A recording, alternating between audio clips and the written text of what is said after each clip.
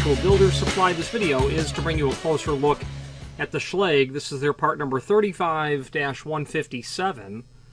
FGP is what it is. This is a Schlage FG keyway, but Primus. So it's an FGP is what it is.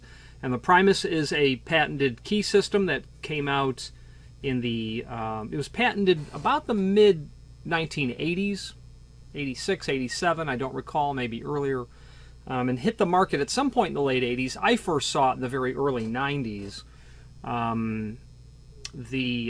We weren't known for high-security cylinder platforms, so I became aware of it in the early 1990s. And it is a side finger pin sort of principle. And fun fact, the person who patented the Schlage Primus also patented the ASA style as well, which is a very similar concept in the sense that the side of the key has a side bit milling. The way they create the additional shear line is a bit different, however. But very interesting variations of each other. So the FG is going to stand for the profile, how the key has been milled, the shape of the key, to work compatibly with an FG Primus broached cylinder plug. You're going to have two shear lines in this kind of lock, the traditional way that the key would be cut up top, and this is what we would call O-bitted. There are literally just O or zero cuts up on the top of this. And the second shear line, of course, would be the finger pins that would be in the side of the cylinder plug itself. And the little tips at the bottom of those finger pins are going to rest in the valleys of that side bit milling. And I'll be able to show you some photographs with the camera actually focused on that, and we'll look at that a little closer. Speaking of look at a little closer, let's switch to the screen view and allow me to tell you pretty much everything I know about this key system. If you are enjoying this video, please click thumbs up or like, and also please consider subscribing to our channel. Let's move on to the rest of the video. Okay, here is the item that we are looking at. Let's take a look at some photographs that we have. There's the key itself. There's the backside. A little washed out, but we'll show you the FGP there. And then the side bit milling. This precise side bit milling and the way in which these cuts are arranged. This cut, the depth here and the depth here, you might be able to tell, but the center of this cut to the center of this cut is different than the center of this cut to the center of this cut, and so on. Okay, that is a very specific side bit milling. And what that means is the way in which the side bit milling is achieved, or the way that it's cut in the key itself, or on the key itself, determines which finger pins or side pins you would end up using. So an FG is going to be different than the other side bit milled keys in Primus.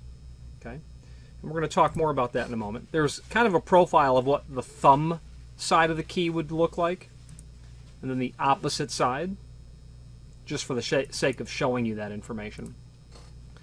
This is an FG keyway.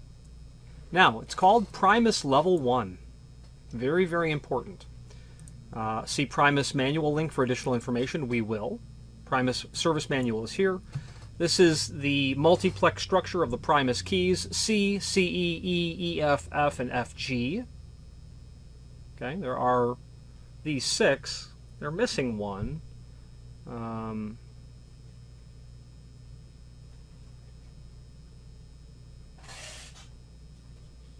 G. I think they're just missing G.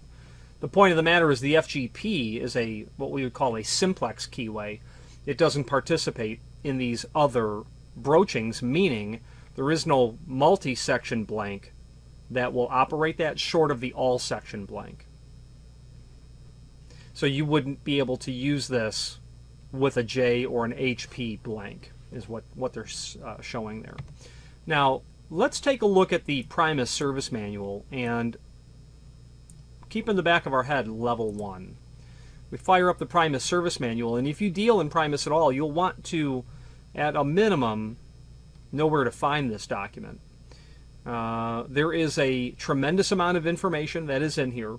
because Primus is a technology that's 30 plus years old. We are really looking at the classic Primus in this catalog, or pardon me, in this column. Okay. And this is where the anatomy of the Primus system starts to come into play, and how the Primus cylinder works is really described very well right here. There are finger pins, which are shown here. Which finger pin you use is completely dependent on that side bit milling, because there are different finger pins, different angle, so to speak, different heights. There is a sidebar. Okay? When the finger pins are nestled in the side bit milling of the key correctly, the nibs that are on the sidebar will be permitted to seat into the preparations in the side pins. If the side pin is not at the proper rotation and at the proper height, the sidebar can't go into the cylinder plug. That's the second shear line. That's how a Schlage Primus, a classic Primus, works. There is Primus XP and Everest 29, and they add additional features to the system. But we're focusing on the Primus Classic, which will look just like this. Now, let's take a look here, because this will begin to give us a far better understanding of what a Primus Classic is. Finger pins. Okay? This is illustrating how they need to be nestled in order to get them to work. The finger pins will rotate depending on how the key has been milled. So the center to center here and here are different than it is here and here. Well, you can bet that's got something to do with how you're going to rotate the pin. Okay? It's got everything to do with it, in fact. Let's continue to scroll through. And that's what it looks like. When it's locked, finger pin is not aligned correctly to receive the sidebar, and here it is. That's how that works. Just showing modular modular cylinders, a specialty cylinder. This is the depth and spacing data for a Schlage. This happens to be, I would say that this is just simply Everest with its side bitting that's here. But the depth and spacing data for Primus, or whatever derivative of Primus you're dealing with, is the same as Classic. This shear line up at the top is going to use the same pins, the same pin kit, the same depth system. And it's only when you introduce the side bit milling where things change. Now, this is where, if you're interested to learn more about the Primus side bit milling, it's on this page 13. I believe it's page 13, yeah. So, reading keys. And I've never trained myself to read side bit millings by eye, but if I were to invest the time to do that, this is the page that I would start with. Okay. Now you can start to see where these different pins come into play and how they would be rotated incorrectly for that sidebar to be able to nestle correctly. And here now are the different pins. There are 7. Left, center, and right. Deep, shallow, and then extra shallow has a right only. Apparently that is in the XP product only. That's showing how you read them, top looking down. So as the milling is strange, you know, this bottom cut, I'm going to go with this 1, 2, 3, 4, 5. 5 cuts here. Okay. When you know, if you were to take a cylinder and you were to put a finger pin in there, you'll quickly learn what that pattern needs to look like based on the finger pins that you're trying to install, or said more accurately, what pins you would need to load based on what that side bit milling looks like. Now, there is a very interesting paragraph in here, and it's right here. And what they tell us is the C, the EF, and the FG will have this side bit milling. That's very interesting. So your side bit milling on those three broachings or millings or broachings in the plug will have the same side bit milling, 62266. We can go back up here, 62266. So we should be able to then go here. Actually, there are 62266, 62266, 62266. So I'm going to say that we're starting back here, 62266. And from this, we need to try to determine what we're dealing with. I don't know if it's bow to tip, to be frank. It must be in this catalog how that's read.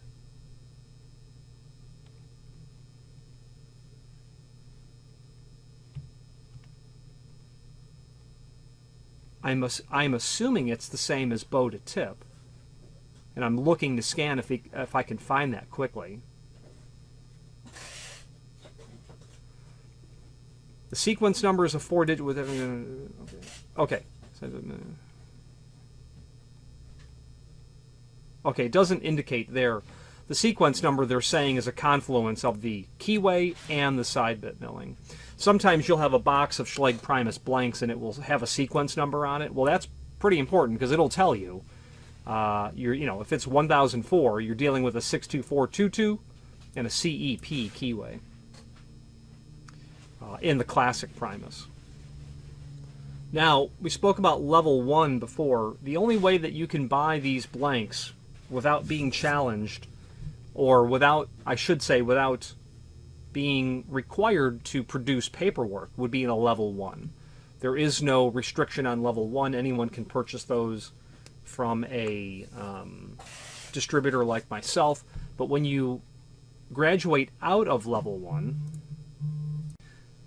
what I was about to say is when you graduate past level 1, now you're dealing with a restricted key system where the factory will require proof of identification in order to buy or to expand the system at all, whether it be most certainly key blanks, cylinders, things of that nature. And the person who established the system, who created the initial paperwork and permissions, would be the person or people that can do that. If you don't know what level you have, I'll say this: you probably don't have level 1, which will render your search for key blanks, unfortunately, fruitless. There are times when people have level 1, and I can tell you that if you're looking at this picture and your side bit milling does not look exactly like this, that will be the tip-off that you do not have level 1. Because as the levels graduate, they can't change. And I say that because it's very, very common for me to get someone who needs to buy key blanks because they're an owner in a condo building and they don't want to pay the $150 to the association or the $125 to the association for a cut key. I get that. I understand it.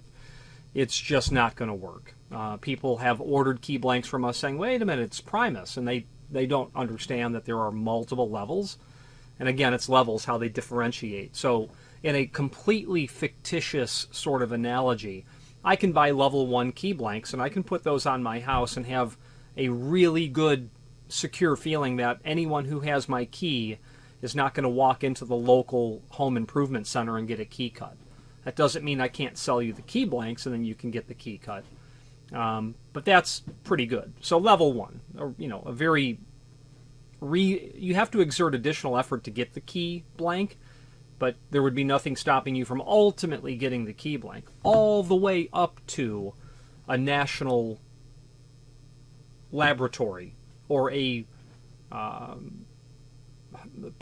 perhaps a highly secretive branch of the government.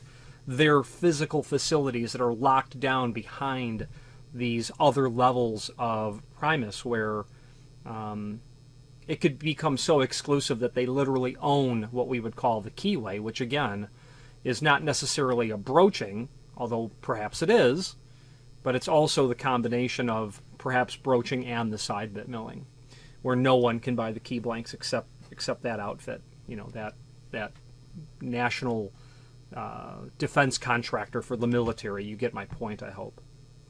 This document continues to describe the different levels. If you're looking just for a key blank, you probably won't bother to read about the different levels, and I would encourage you to not bother to read about the different levels. Just know that if you've bumped into Primus and you're not the original owner of the system, getting key blanks might prove to be difficult at best. Okay? Because anything after level 1 is going to require a challenge and response, so to speak, a letter of authorization and approval. Okay. So the rest of the document gets into the other pieces and parts that you'll see in the Primus system. And the only thing I'll talk about, I think, is the fact that you can use a typical blue punch to cut your Primus keys on. The blue punch for here, which is by ProLock. And then you would need a pin kit for doing Primus, because while the top pins are in the masters and the drivers are all the same, those side pins you certainly need, and the springs for them. Okay. Really important document. If you have a box, you need more of those blanks. Here's how you dissect the information on the label on the box. So if you have a box and you're going to call for stuff, definitely record that information, take a photograph of it, and send it to us, etc. Okay.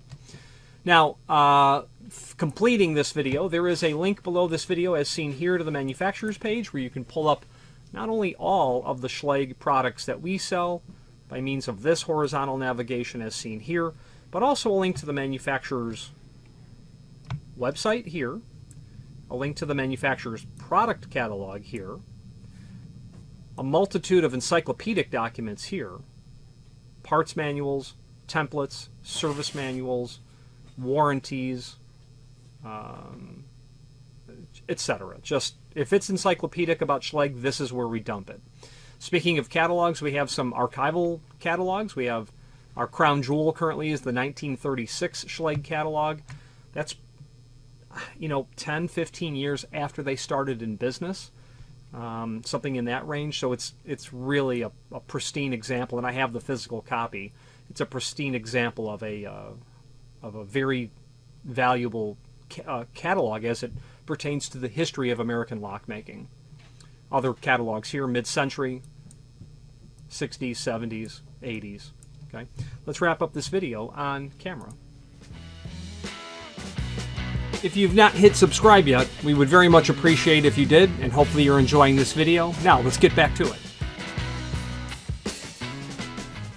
The FGP is a little less common of a blank for us to sell, but if I was going to put in a classic Primus system, I'd probably opt for this, specifically if I didn't want to have any other broachings or keys work within the system. If I specifically wanted no other key blank to enter my cylinders, I would opt for the FGP, because it's a what we'd call a simplex keyway. It doesn't participate in that multiplex system that we talked about earlier. But if I wanted a broaching in my plug that can be operated by a multi-section blank, I would not use the FGP. So if I had a 3-story building, I would put, and I don't have I can have it in front of me in a moment. If I had a 3-story building and I wanted to have a different keyway on the first, second, and third floor, I would go with the C, CE, or E, or the E, EF, and F, so that every floor, the key from the second can't go in the first or the third. The third can't go in the second or the first, and the first can't go in the second or the third. So you're preventing those keys from even entering the incorrect floor. Then I could have the multi-section blank operate all of those if I needed the master or an engineering key, whatever that might be and come to pass.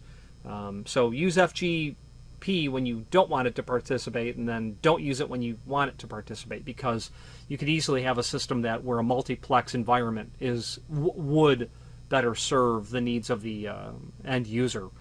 You could even take that down to a very simple scenario where you have a house. The example I give, you've got your home and then the garage. Some people need to get into a door in the house, and some people need to get into the garage only. Okay, so you could have a keyway on the garage, and that key won't even go into the house broaching of the plug, and then vice versa. And then you could have a multi-section, if you're the owner, to go to both the garage and the house. Anyway, If you have any questions on the 35157 FGP blank or any other Schlage product, please feel free to reach out to us. And thank you. You know what's worse than not having fuel to run your fork truck when you've got 4,000 pounds of doors to unload? It's not participating in the Architectural Builder Supply 10,000 YouTube subscriber marked contest giveaway. Thank you for watching, and if you've enjoyed this video, please click thumbs up, please subscribe, and maybe even send the video to someone that you know. Thank you.